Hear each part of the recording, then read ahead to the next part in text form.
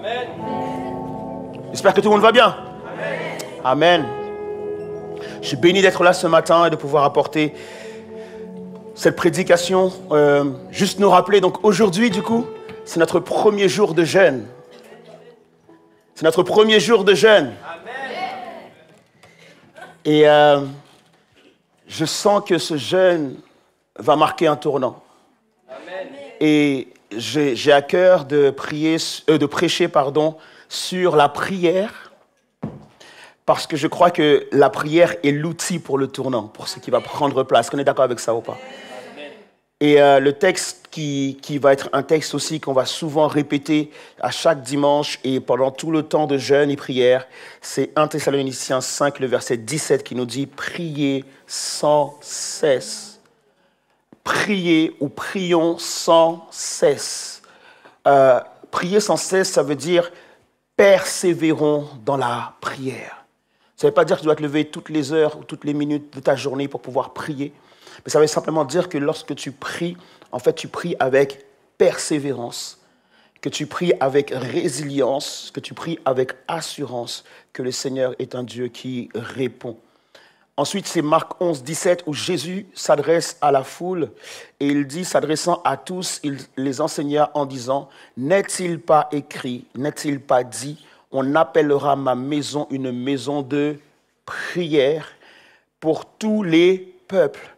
Mais vous, vous en avez fait une caverne de brigands. » La prière, les amis, est la preuve qu'une maison appartient à Dieu. Si je te demande de quelle origine tu es et que tu m'invites chez toi, forcément, je vais trouver dans ta maison quelque chose qui ressemble à ou qui me rappelle ton origine. Ça peut être la déco, ça peut être l'odeur de la nourriture, ça peut être un certain nombre de choses, de la manière dont tu parles dans ta famille, comment vous exprimez, etc., etc. Mais il y a quelque chose qui va pouvoir être un marqueur de ton origine. Est-ce qu'on est d'accord avec ça ou pas? L'idée, c'est que lorsqu'on vient à l'église, du coup, il faut qu'il y ait des marqueurs, il faut qu'il y ait des choses qui nous permettent de pouvoir dire, ici, c'est la maison de Dieu. Et le marqueur que Jésus dit, c'est la prière. Il faut que les gens, quand ils viennent ici, en fait, ils voient les gens prier. Et ça, c'est un marqueur que nous sommes dans la maison du Seigneur. Est-ce qu'on est d'accord avec ça ou pas? Et donc, du coup, la prière, par elle, on est dépendant de Dieu. Par elle, on parle à Dieu. Par elle, on reçoit les directives de Dieu. Par elle, on peut être reconnaissant envers Dieu. Par elle, nous sommes dans la présence de Dieu. Est-ce qu'on est d'accord avec ça ou pas? Et donc, du coup, la prière, c'est notre marque de fabrique en tant que chrétien. Vous savez, lorsqu'il y a des vêtements, il peut y avoir des Made in China, il peut y avoir des Made in je ne sais pas où. Mais l'idée, c'est que, du coup, nous, on doit pouvoir dire que la prière, elle est made in église. Est-ce qu'on est d'accord avec ça ou pas? Tout le monde prie, mais les disciples, à un moment donné, eux qui prient aussi, vont dire à Jésus, enseigne-nous à la prière, en fait. C'est quoi la prière? Made in church, made in église. Okay? Et du coup, Jésus va leur dire, la prière de l'église, la prière de mes disciples, la prière de mes enfants, c'est notre Père qui est aux cieux, que ton nom soit sanctifié. Donc, il y a une prière qui distingue l'église, qui distingue les enfants de Dieu des autres personnes qui prient. Parce qu'on est d'accord que beaucoup de gens prient. On est d'accord avec ça ou pas? Beaucoup de gens de religion, beaucoup de croyances, beaucoup de choses où les gens prient, les gens méditent, etc., etc. Mais nous croyons que notre prière, la différence qu'il y a, c'est qu'elle est efficace. La Bible dit que la prière du juste est efficace. Lorsque le juste prie, l'Éternel entend. Et non seulement il entend, mais il répond. Est-ce qu'on est d'accord avec ça ou pas? Donc nous devons marquer la différence même dans la prière. Et donc, je tiens à ce que l'Église entière puisse faire un bond dans la prière. Dis à ton voisin un bond dans la prière. Pas un pas dans la prière, mais un bond. Est-ce qu'on est d'accord avec ça ou pas? Vraiment, on doit pouvoir voir une différence entre la manière dont tu priais aujourd'hui ou hier par rapport à la manière dont tu dois prier 21 jours plus tard. On doit vraiment voir une vraie différence où tu vas pouvoir prier plus, où tu vas pouvoir prier mieux, où tu vas plus être fervent, plus être insistant, plus être intercessant dans ta prière. Mais en tout cas, voilà, on doit nous améliorer dans la prière, pas juste un pas de plus. En général, je dis faire un pas de plus, c'est la grâce. Mais là, je veux carrément t'inviter à faire un bond dans la prière, à ce qu'il y ait vraiment une différence entre hier et dans 21 jours. Est-ce qu'on est d'accord avec ça ou pas? Et ce matin, nous allons voir différents types de prières pendant ces 3 semaines. Et ce matin, la prière que je veux voir avec vous, c'est la prière d'intercession. C'est la prière d'intercession, c'est une prière qui est sur mon cœur depuis un bout de temps, de pouvoir partager ça avec vous. On a vu ensemble aussi avec le staff de voir qu'on peut commencer par celle-ci, parce que je pense que c'est peut-être la plus importante. Dis à ton voisin, nous sommes tous des intercesseurs. Aïe, aïe, aïe. Il te regarde avec les grands yeux, il n'a l'air pas d'accord. Insiste, dis-lui, nous sommes tous des intercesseurs. Ok ? Et si tu entends que nous sommes tous des intercesseurs, ça veut dire toi aussi, ok? Parce que souvent les gens disent, ouais, tu es, ça veut dire pas moi. Non, nous sommes tous des intercesseurs et toi aussi tu es un intercesseur. On va lire ensemble Nombre 14, versets 11 à 20, qui sera un petit peu le texte vraiment de la matinée du message. Il y aura d'autres textes, mais celui-ci, il faut effectivement le voir comme quelque part un peu le fil rouge. Il est dit, Nombre 14, versets 11 à 20, « L'Éternel dit à Moïse, combien de temps ce peuple me méprisera-t-il encore ?» Et là, c'est un Dieu pas content qui vient s'adresser à Moïse, un Dieu qui vient dire à Moïse qu'il va devoir sévir, qu'il va devoir prendre une décision par rapport au peuple. Et donc il dit, quand cessera-t-il de me refuser sa confiance, alors que j'ai produit au milieu d'eux tant de manifestations extraordinaires? Alors je vais le frapper de la peste pour l'exterminer, puis je formerai à partir de toi un peuple plus nombreux et plus puissant que lui. Moïse répondit à l'Éternel, les Égyptiens savent que c'est toi qui as fait sortir ce peuple de chez eux et par ta puissance, pardon. Et ils l'ont dit aux habitants de ce pays et qui ont appris que toi, Éternel, tu es parmi ce peuple à qui toi, Éternel, tu apparais de façon visible. Que ta nuée se tient au-dessus d'eux et que tu marches à leur tête dans une colonne de nuée le jour et dans une colonne de feu la nuit. Si tu fais périr ce peuple tout entier, les autres peuples qui ont entendu parler de toi diront « L'Éternel n'est pas capable de faire entrer ce peuple dans le pays qu'il leur avait promis. Par serment, il les a massacrés dans le désert. » Je ne sais pas qu'ils se rendent compte de l'audace de parler à Dieu comme ça. Maintenant, de grâce, que la puissance du Seigneur se manifeste dans toute sa force, selon ce que tu as déclaré en disant « L'Éternel est patient et riche en amour. Il pardonne faute et péché, mais il n'acquitte pas le coupable. Et il fait payer aux fils le péché des pères jusqu'à la 3e, voire la 4e génération.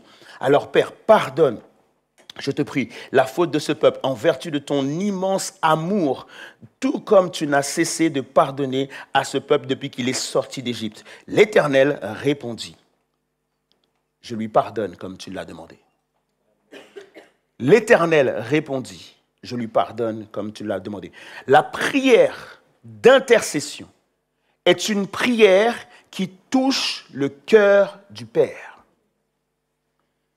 Je le répète encore une fois. La prière d'intercession est une prière qui touche le cœur du Père. Qu'est-ce que l'intercession? L'intercession, c'est prier pour quelqu'un d'autre que moi. L'intercession, c'est prier pour quelqu'un d'autre que ma famille. L'intercession, c'est prier pour quelqu'un d'autre que mes proches. L'intercession, c'est prier pour quelqu'un dont moi je n'ai absolument aucun intérêt. L'intercession, c'est intercéder, c'est aller de manière intense, c'est d'aller chercher le cœur du Père pour quelqu'un d'autre. Est-ce qu'on est d'accord avec ça ou pas? Qui sont les intercesseurs? Est-ce que les intercesseurs sont comme d'habitude, comme on pourrait le prendre dans plusieurs églises, plusieurs endroits, croire que finalement les intercesseurs c'est un groupe d'élite? Lorsque quelqu'un chante bien ou joue bien un instrument, on lui dit « Écoute, tu peux rejoindre la louange ». Lorsqu'on voit que quelqu'un prie bien et on apprécie la manière dont la personne prie, on va lui dire « Ah ben tiens, toi tu peux rejoindre l'intercession ». Comme si au final, la prière, c'était juste l'affaire de quelques-uns. Comme si l'intercession, c'était l'affaire de quelques-uns et que c'était un groupe d'élite. Comme si parfois, l'intercession était l'affaire de ceux qui n'ont rien à faire. C'était l'affaire de ceux qui ont le temps. C'est l'affaire de ceux qui ne font rien, donc du coup, ils ont le temps pour prier. Non. Selon Jésus, selon Dieu, nous sommes tous des intercesseurs. L'intercession, c'est l'affaire de tous. L'intercession concerne tout le monde. Alors bien sûr, effectivement, tout le monde chante, mais tout le monde n'est pas à la louange. On est d'accord avec ça ou pas? Donc ça veut dire qu'il y a forcément des gens qui chantent mieux que d'autres. Et cela, on peut leur confier, effectivement, d'être à la louange. Mais ce n'est pas parce qu'il y a un groupe de louanges que seuls ceux qui sont dans la louange chantent. Et donc, ce n'est pas parce qu'il y a un groupe d'intercesseurs, parce qu'effectivement, il y a des gens qui ont une appétence pour la prière, il y a des gens qui aiment porter des fardeaux des autres, il y a des gens qui aiment porter les autres dans la prière. Et ça, c'est normal, du coup, qu'il y ait aussi, effectivement, un groupe d'intercesseurs. Mais ce n'est pas parce qu'il y a un groupe d'intercesseurs que tous les autres doivent arrêter d'intercéder. De la même manière qu'il y a la louange et on chante, de la même manière, il peut y avoir des intercesseurs, mais on intercède. Et donc, l'intercession, c'est vraiment l'affaire de tous. Nous ne pouvons pas reléguer l'intercession à un petit groupe de personnes. L'intercession, c'est pour tout le monde. Amen. Et on devrait trouver ça normal d'aller au pied de Jésus-Christ pour quelqu'un d'autre que soi. Amen. Ça devrait être un mode de vie pour nous d'aller au pied de Jésus pour quelqu'un d'autre que soi. Et pour cela, j'ai envie de vous aider. Je voudrais que pendant ces 21 jours, tu puisses prendre le nom de 5 personnes. Ce qui serait vraiment super, c'est que tu puisses prendre 2 personnes que tu connais, mais 3 personnes que tu ne connais pas. Que tu puisses prendre le nom de 5 personnes. Et tu prends ces 5 personnes. Et tous les jours, pendant ces 21 jours, tu vas prier pour ces 5 personnes. Tu vas les exposer, tu vas les déposer. Tu vas dire, Seigneur, je viens avec 7 personnes devant toi. On a dit là, il y a 2 semaines que la prière, ce n'est pas du cardio. Dans le sens où la prière, ce n'est pas simplement le fait de faire ce que j'aime pas. Tout le monde aime jouer au ballon, tout le monde aime ceci, tout le monde aime cela, mais dès qu'on dit cardio, tout le monde fuit. Non. L'idée, c'est que la prière, ce n'est pas du cardio. Ce n'est pas juste quelque chose que je n'aime pas faire. La prière, c'est la présence de Dieu. La prière, c'est m'amène dans la présence de Dieu. Et donc, l'intercession n'est pas un fardeau, mais un mode de vie. Est-ce qu'on est d'accord avec ça ou pas? L'idée, c'est que tu prennes 5 personnes au minimum et que tu puisses les présenter devant le Seigneur et que tu intercèdes pour cela. Est-ce que tu crois que Jésus peut faire quelque chose d'extraordinaire dans la vie de ces 5 personnes que tu vas porter? La prière, les amis, c'est la clé. La prière, c'est là où on trouve nos réponses face aux circonstances. Et donc, c'est pour ça que Jésus nous encourage à prier sans cesse. Il y a Jacques qui nous parle aussi de la foi et qui dit que la foi est une foi où il doit y avoir des actes, où il doit y avoir des œuvres qui sont mis en place. Et Jacques va prendre un exemple très, très simple. Il va dire, par exemple, si quelqu'un vient te voir en te disant j'ai faim, j'ai soif, je n'ai pas de vêtements ou quoi que ce soit, en tout cas j'ai un problème, j'ai une difficulté, est-ce que tu vas simplement dire à la personne, écoute, salut, bye bye, ou je prie pour toi, tu peux rentrer chez toi? Non, Jacques te dit, la base c'est la prière. C'est-à-dire que tu dois au minimum prier. Mais cependant, Jacques te dit, écoute, si tu peux aider cette personne, c'est-à-dire que tu as les moyens pour aider cette personne, aide cette personne. En d'autres termes, Jacques te dit, le minimum, c'est la prière. Mais tu ne dois pas faire que la prière. Si tu peux aider, aide. Mais même lorsque tu aides, prie quand même. Est-ce qu'on est d'accord avec ça ou pas? Et ça, c'est que nous devons comprendre que la prière, c'est ça qui va venir au secours de la personne. Et c'est aussi que Dieu ne me donne pas que la prière, il me donne aussi les moyens d'aider cette personne. Mais cependant, croyons dans la prière. Pierre et Jean, lorsqu'ils arrivent devant la belle porte, il y a un homme qui est là, qui est paralysé. Et Pierre et Jean vont lui dire, écoute, je n'ai pas d'argent, je n'ai pas d'or, je ne peux pas t'envoyer à l'hôpital.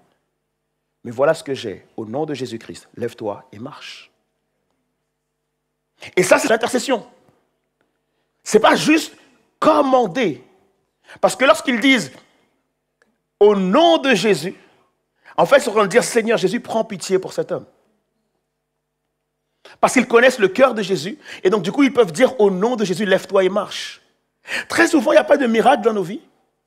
Parce que nous, on va dire, au nom de Jésus, en pensant que cela vient de nous. Alors qu'en réalité, c'est une intercession. En fait, c'est l'amour que tu as pour cette personne qui va t'amener à intercéder. Jésus guérit ou ne laisse pas cette personne telle qu'elle est. Et c'est ça que nous devons comprendre, en fait, que tout vient d'abord de l'amour. C'est pour ça que ce qu'il ne faut surtout pas faire, c'est que nous ne devons pas nous conformer à l'individualisme. Ne te conforme pas, ou ne te conforme pas à l'individualisme. Essaie d'avoir un cœur d'intercesseur au milieu d'une société individualiste. Vous savez ce que c'est que l'individualisme? C'est une doctrine qui fait de l'individu le fondement de la société. Non, le fondement de la société et des valeurs morales. En d'autres termes, on va élever un individu au-dessus de la société. C'est le cas ici en France. C'est le cas de notre société. Nous sommes dans une société individualiste. On est d'accord avec ça ou pas? L'idée, c'est qu'en plus d'être dans une société individualiste, il y a plusieurs slogans qui encouragent l'individualisme. Et parmi ces slogans, ce sont aussi malheureusement des slogans que l'on retrouve dans l'Église. Mais ce sont des slogans qui véhiculent, qui entraînent, qui encouragent l'individualisme. Parmi ces slogans, il y a par exemple « Ne sois pas naïf, les gens sont mauvais ». Il y a par exemple « L'homme est un loup pour l'homme ». Il y a par exemple « Il faut d'abord penser à soi ». Et tous ces slogans existent et malheureusement ce sont des slogans qui viennent aussi dans nos églises. Maintenant on est tous d'accord avec une chose, mettons-nous d'accord et soyons à la base. On a tous été déçus un jour par quelqu'un. On est d'accord avec ça ou pas? On a tous eu un meilleur ami qui est devenu un pire ennemi. On est d'accord avec ça ou pas? Heureusement, par la grâce de Dieu, on a tous eu aussi un pire ennemi qui est devenu un meilleur ami. Il y en a qui disent pas amen, genre, tu t'es jamais bagarré dans la cour. Cependant, même s'il est vrai qu'on m'a déjà trahi, et même si dans le monde dans lequel je vis, il y a de fortes probabilités pour qu'on me trahisse à nouveau, je ne peux pas faire de ce type de slogan mon slogan. On est d'accord avec ça ou pas? L'idée que ce n'est pas la mentalité du royaume de Dieu.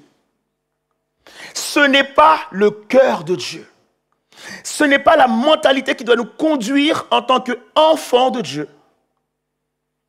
Très souvent, lorsqu'on a une certaine origine, moi je suis d'origine haïtienne, j'ai très souvent entendu les Haïtiens dire « il ne faut pas bosser avec un Haïtien ». Ce qui est marrant, c'est qu'en fait, dans toutes les origines, il y a ce même slogan. Vous êtes d'accord avec ça ou pas? En d'autres termes, ne bosse pas avec tes semblables, ils vont te trahir. On est d'accord. Sauf que, depuis que tu es entré dans le royaume de Dieu, tu es un nouveau peuple, une nouvelle nation. Même si j'ai déjà entendu, il ne faut pas bosser avec les chrétiens. Et on a véhiculé ce type d'idée parce que c'est vrai que dans l'Église même, ça arrive d'être trahi. Dans l'Église même, ça arrive d'être jaloux. Dans l'Église même, ça arrive d'être dans la comparaison. C'est vrai. Maintenant, ça ne doit pas être notre mentalité. Puisque nous avons tous déclaré ensemble que l'Église est un hôpital, nous ne pouvons pas être étonnés qu'il y ait des malades. Et que du coup, en fait, c'est l'amour qui soigne le malade. Jésus dit que c'est par mes meurtrissures, c'est par mon sang versé, c'est par les coups que j'ai reçus que vous êtes guéris. En d'autres termes, Jésus est en train de véhiculer l'idée que c'est l'amour qui guérit les gens. C'est l'amour qui relève les gens. C'est l'amour qui encourage les gens. Même si l'amour est la chose la plus piétinée au monde, nous ne devons pas, parce qu'il y a parfois de la jalousie, etc., transformer l'amour en la haine. En tant qu'enfants de Dieu, nous devons toujours véhiculer l'amour. L'amour doit être notre langage. Aimer les autres doit être notre langage. On doit refuser, en tant qu'enfants de Dieu, l'individualisme. L'individualisme n'est pas le fruit du royaume de Jésus-Christ. On ne doit plus penser individuellement, nous devons penser collectif. Est-ce qu'on est d'accord avec ça ou pas? Galates 6, le verset 2 nous dit quoi? Portez les fardeaux les uns des autres et vous accomplirez ainsi la loi ou la volonté de Christ. Pourquoi dans l'Église, parfois, il y a peu de prières? Pourquoi il y a peu de prières? Voilà la raison. C'est parce que nous sommes habitués à prier uniquement quand ça ne va pas. Nous avons pris l'habitude de prier quand ça ne va pas. Et ça, c'est une habitude d'enfant. Moi, j'ai des enfants. Ils ne font pas cas de toi. De toute la journée.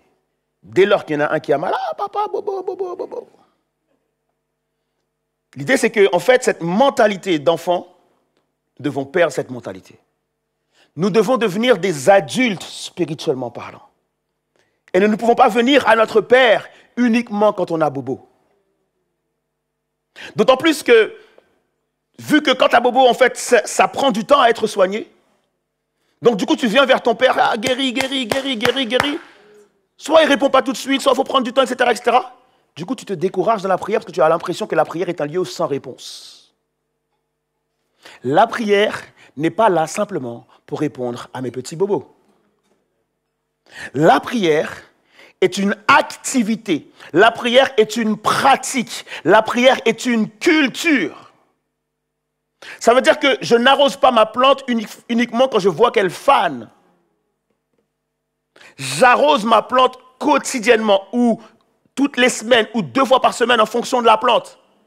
Mais cependant, je dois comprendre que c'est une activité de prendre soin de ma plante.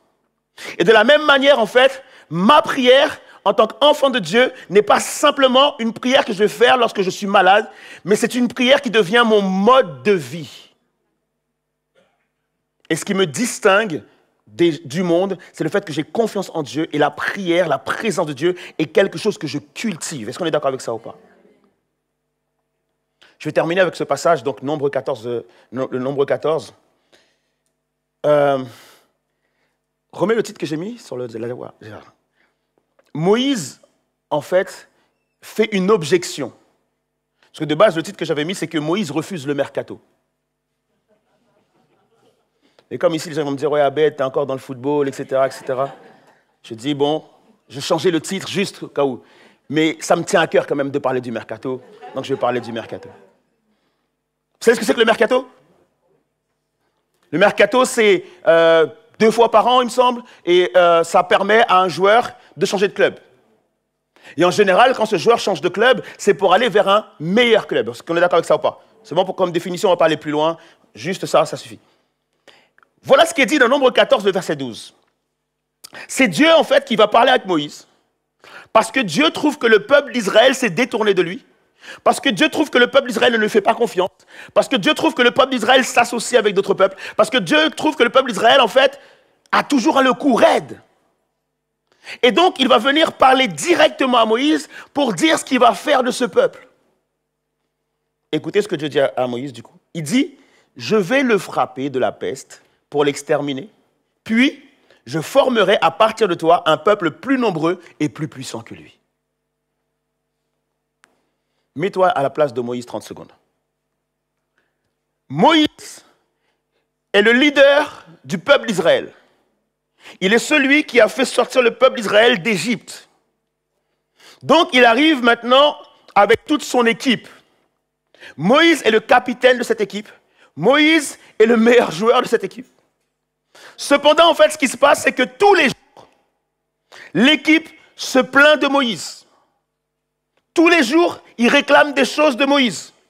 Tous les jours, ils viennent fatiguer Moïse. Moïse est un leader qui risque le burn-out tous les jours. Il faut juste vous rappeler une chose, c'est à cause du peuple, en tout cas en partie à cause du peuple, que Moïse n'est pas rentré à Canaan. Ils l'ont tellement exaspéré, ils l'ont tellement pris la tête, ils l'ont tellement embêté qu'à un moment donné, lui s'est mis en colère. Alors bien sûr, il devait gérer ses émotions. Parce qu'il y a des gens qui te font toujours ça, ils te mettent en colère, après ils te disent, mais gère-toi. Et donc Moïse devait gérer ses émotions, mais il n'a pas pu gérer ses émotions, s'est mis en colère. Il n'est pas rentré à Canaan. Maintenant, tu as Dieu. Je ne parle même pas d'un prophète. Parce qu'un prophète serait venu, peut-être que Moïse aurait dit, ah, vas-y, je ne te crois pas. Mais Dieu lui-même est venu dire à Moïse, écoute, il est venu comme un agent. J'ai une meilleure équipe pour toi. Il y a un meilleur plan de jeu. Il y a plus d'argent là-bas. C'est un meilleur club. Il gagne la Ligue des Champions tous les ans. Tu fais quoi? Qu'est-ce que tu fais, Moïse? Mettez-vous à la place de Moïse. T'imagines si le Seigneur vient te voir tout de suite et te dit, écoute, je vais t'emmener à un autre endroit. Il y a plus d'argent. Quitte ta famille, quitte tout ça. Il y a plus de sous, il y a plus de ceci, il y a plus de cela. Eux, tant pis pour eux. Je les exterminerai. Mais toi, Tu es un grand leader. Toi, tu es quelqu'un, je peux miser sur toi. Je vais te donner un meilleur peuple. Je vais te donner une meilleure situation. Je vais te donner un meilleur confort. Moïse, aujourd'hui, tu es un prophète. Je vais faire de toi un empereur. Je vais te donner tellement de gens et tellement de sous que tu vas pouvoir vaincre l'Égypte et les autres peuples aux alentours. Moïse, tu seras grand. Je ne sais pas pour vous. Mais Moïse répond à Dieu. Non. Moïse dit non. Je vous assure qu'en préparant ce message, je me suis dit, Moïse, ce n'est pas quelqu'un, mais je ne nommerai pas son nom aujourd'hui. Mais beaucoup de Parisiens ont nom contre lui.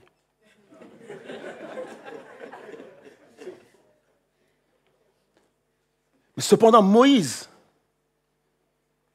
va dire non. Moïse va dire non. Moïse va répondre à Dieu. Écoute, Seigneur, c'est eux avec moi ou personne. On y va ensemble ou personne n'y va. T'imagines si Dieu vient te voir et te dit, écoute, je vais te rendre millionnaire. Et toi tu dis, Seigneur, c'est nous tous ou personne. Je vais faire de toi un grand nom. Seigneur, c'est toute l'église ou personne. C'est nous tous ou personne. Moi, je sais pas, je trouve ça extraordinaire de la part de Moïse. Du coup, je suis parti chercher, je me dis, mais quand tu regardes la suite de ce que Moïse va dire, ce qui est extraordinaire, c'est pas que Moïse est plus intelligent que nous tous. C'est pas que Moïse est plus humble que nous tous. C'est pas que Moïse n'a pas besoin d'argent. C'est pas que Moïse n'a pas un souci avec le peuple. Mais bien sûr, mets-toi à sa place. Il en a marre du peuple. Il en a marre de cette équipe qui perd tout le temps. Il en a marre du peuple. Bien sûr qu'il a envie de changer. Mais Moïse, en fait, connaît le cœur du Père. Tu regardes toute la suite de la prière, tu te rends compte qu'en fait, Moïse connaît le cœur de Dieu. Dans le nom de Moïse, vous savez ce qu'il est en train de dire au Père? Papa, ce n'est pas toi. Il est en train de dire au Père, toi, tu n'es pas un agent. Papa, ce n'est pas toi. Détruire les autres pour faire monter un seul, ce n'est pas toi.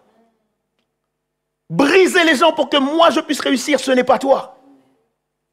Je connais ton cœur, ça c'est pas toi.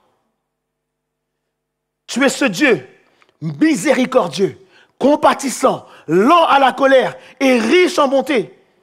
Ton cœur c'est un cœur pour sauver, pas un cœur pour condamner. Ton cœur c'est un cœur pour réparer, pas un cœur pour détruire. Ton cœur c'est un cœur pour pardonner, pas pour laisser tomber les gens. Je connais ton cœur, alors non. Jonas connaît le cœur du Père. Dieu dit à Jonas, va prêcher à Ninive. Va annoncer l'évangile à Ninive. Dis-leur de se repentir. Jonas dit non. Il ne veut pas y aller. Et quand Dieu lui demande, écoute Jonas, dis-moi pourquoi tu ne veux pas y aller. Je connais ton cœur. Si j'y vais, ce peuple méchant-là, tu vas leur pardonner. Et moi, comme je ne veux pas pardonner à ce peuple, alors j'y vais pas. Il connaît tellement le cœur de Dieu. Il sait que Dieu pardonne. Il sait que Dieu libère. Il sait que Dieu console. Il sait que Dieu répare. Il sait que Dieu restaure. Je connais ton cœur. Jésus connaît le cœur du Père. Jésus arrive à un moment donné et dit, moi je ne peux pas, je ne veux pas de cette coupe. Il faut juste noter que c'est la première et la dernière fois que le Père dit non à Jésus. Je ne veux pas prendre cette coupe, je ne veux pas aller à la croix. Mais je connais ton cœur. Je sais que tu veux que j'y aille parce que tu veux sauver ces gens. Alors qu'il en soit fait selon ta volonté et pas ma volonté. Ce matin, je te demande, est-ce que tu connais le cœur du Père? Est-ce que tu connais le cœur du Père pour ton voisin? Est-ce que tu connais le cœur du Père pour ta voisine? Je vais te dire une chose, pourquoi Jésus dit priez pour vos ennemis? Parce que le Père aime vos ennemis. C'est le cœur du Père. L'intercession est une prière qui touche le cœur du Père. Parce que Dieu aime ton voisin. Parce que Dieu aime ta voisine. Dieu a un cœur pour celui qui est devant toi. Dieu a un cœur pour celui qui est derrière toi. Lorsque tu intercèdes et que tu pries pour celui qui est devant toi ou derrière toi, tu ouvres le cœur du Père et Dieu répond. Le cœur du Père, les amis. Job est malade. On lui a tout pris. Il a tout perdu. Et et ses amis vont le critiquer et l'abandonner. Dieu va aller voir les amis de Job. Il va leur dire, retournez voir Job, afin que Job prie pour vous. Parce que si Job ne prie pas pour vous, vous n'allez pas vivre un jour de plus. Parce que moi, je vais en finir avec vous. Les amis de Job retournent voir Job. Job prie pour eux. Il connaît le cœur du Père. Et lorsque Job prie pour ses amis, tout ce que Job a perdu lui est rendu. L'intercession ouvre des portes. L'intercession ouvre des portes pour toi. Lorsque tu vas voir le Père pour quelqu'un, Dieu prend soin de tes besoins. Que nous puissions être tous des intercesseurs. Que nous puissions tous être des intercesseurs. La plus belle image qu'il pourrait avoir pour l'intercession, c'est quand tu prends ton collier, il y a plusieurs maillons. Et parmi tous ces maillons, il y a des maillons qui sont forts et des maillons qui sont faibles. Très souvent, tu te rendras compte que ton collier se casse toujours au même endroit. Parce que c'est prévu, il y a des choses qui sont fortes et des choses qui sont faibles. Cependant, si nous tous, nous sommes une seule et unique chaîne, et que nous sommes tous des maillons de cette chaîne, et que moi je prends le temps de prier pour le maillon qui est à ma droite et le maillon qui est à ma gauche, et que chaque maillon de la chaîne prend le temps de faire ça, il n'y aura plus aucun maillon faible dans la chaîne, et tous les maillons seront des maillons forts. J'ai envie de dire ce matin, s'il existe un faible, c'est à cause de moi. J'ai envie de dire ce matin, s'il existe une personne qui souffre, c'est à cause de moi. J'ai envie de dire ce matin, s'il y a des foyers qui sont brisés, c'est à cause de moi. J'ai envie de dire ce matin, s'il y a des gens qui croulent sous les dettes, c'est à cause de moi. J'ai envie de dire ce matin, s'il y a des gens qui pleurent, c'est aussi de ma faute. Parce que Dieu me rappelle que l'intercession est une prière qui touche son cœur. Ce matin, je ne veux pas que vous soyez tristes, mais je voudrais que vous soyez tous encouragés pour dire, nous allons toucher le cœur du Père. Amen. Seigneur, j'ai une voisine à ma droite, j'ai un voisin à ma gauche. Je vais les porter devant toi et je vais toucher ton cœur avec leur nom. Je ne sais pas s'ils sont brisés. Je ne sais pas s'ils sont en banqueroute financière. Je ne sais pas si leur foyer tient debout ou pas. Mais je t'assure, Seigneur, je vais te fatiguer. Je vais taper à ta porte. Je vais intercéder jusqu'à ce que tu le relèves. Jusqu'à ce que tu le relèves. Je ne veux plus avoir de maillon faible à ma droite ni à ma gauche. Comprends que tu dépends du maillon qui est à ta droite, tu dépends du maillon qui est à ta gauche. S'il lâche, tu lâches. S'il lâche, tu lâches.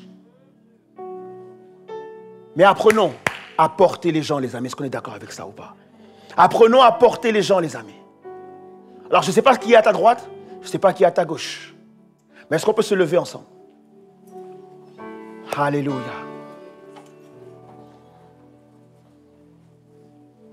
Alléluia.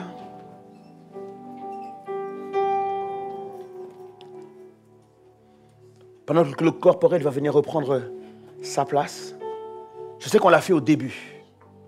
Mais je veux aussi qu'on le fasse à la fin, dans le sens de sceller ce qu'on a commencé. Si tu veux prendre la main de celle qui est à côté de toi, ou la main de celui qui est à côté, ou de celui qui est devant. Alléluia. Murmure-lui quand même ton prénom à l'oreille avant de commencer à prier.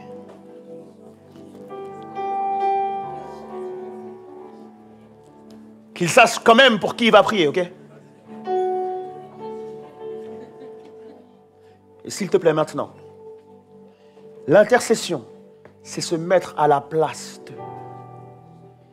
Je voudrais que pendant, juste avant que tu pries pour ton voisin, ta voisine, je voudrais d'abord que tu dises quelque chose à Dieu maintenant. Parce que si nous sommes là, c'est parce que nous sommes là grâce à un intercesseur. Jésus à Gethsémani a prié pour nous. Parce que nous étions sur son cœur. Je voudrais que tu pries maintenant pour dire, Seigneur, porte cette personne sur mon cœur, maintenant. Alors, c'est peut-être un frère, c'est peut-être une sœur, c'est peut-être une bonne copine. Et tu as de l'amour pour cette personne. Mais l'amour que tu as pour cette personne est un amour qui est faillible. Mais je voudrais que tu puisses prier maintenant pour dire, Seigneur, je veux avoir le véritable amour dans mon cœur pour la personne qui est à côté de moi. Je voudrais que tu puisses non seulement m'aider à l'aimer juste parce que c'est quelqu'un de bien, mais que tu m'aides à l'aimer, même si ce serait peut-être quelqu'un de moins bien. Mais je veux que tu déverses ton amour dans mon cœur. Alors que tu pourrais prendre 30 secondes, prendre ça au sérieux et dire, Seigneur, maintenant, je porte devant toi un tel, cite le nom. Alléluia. Je porte devant toi cette personne. Tu connais son nom, tu connais son cœur, tu connais ses pensées, tu connais son départ, tu connais son arrivée, tu connais les plans, tu connais les projets. Restaure sa vie, guéris son âme, remplis-le de ton esprit, oins-le de ton onction. Fais de cette personne la meilleure version d'elle-même. Transforme cette personne, libère, restaure, répare, lave, construis sa vie. Ne la laisse pas dans le chaos. S'il est triste, donne-lui la joie. S'il est faible, rends-le fort. Alléluia. Comble la vie de cette personne. Bénis cette personne. Ouvre des portes pour cette personne. Répare sa famille, répare sa maison, répare son foyer, répare son cœur, répare ses pensées, répare son être. Relève cette personne.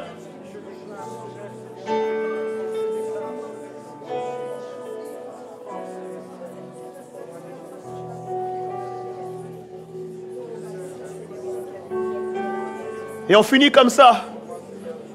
Seigneur, je te remercie pour tout ce qui va prendre place dans sa vie maintenant.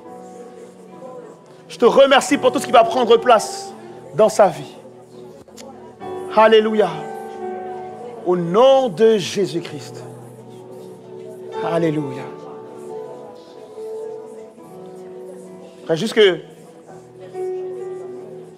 vous puissiez faire quelque chose pour moi, pour Dieu,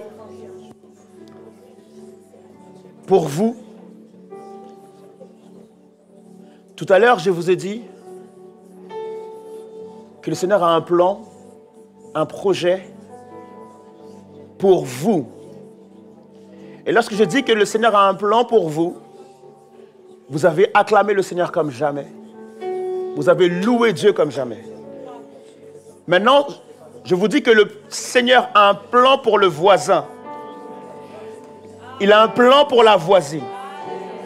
Si tu comprends l'intercession, je te demande de louer Dieu pour ton voisin et pour ta voisine. Mieux que tu l'as fait tout à l'heure. Mieux que tu l'as fait tout à l'heure. Mieux que tu l'as fait tout à l'heure. Oh, je te demande de célébrer Jésus pour ton voisin. Célébrer Jésus pour ta voisine. Encore mieux, encore mieux, encore mieux que tout à l'heure.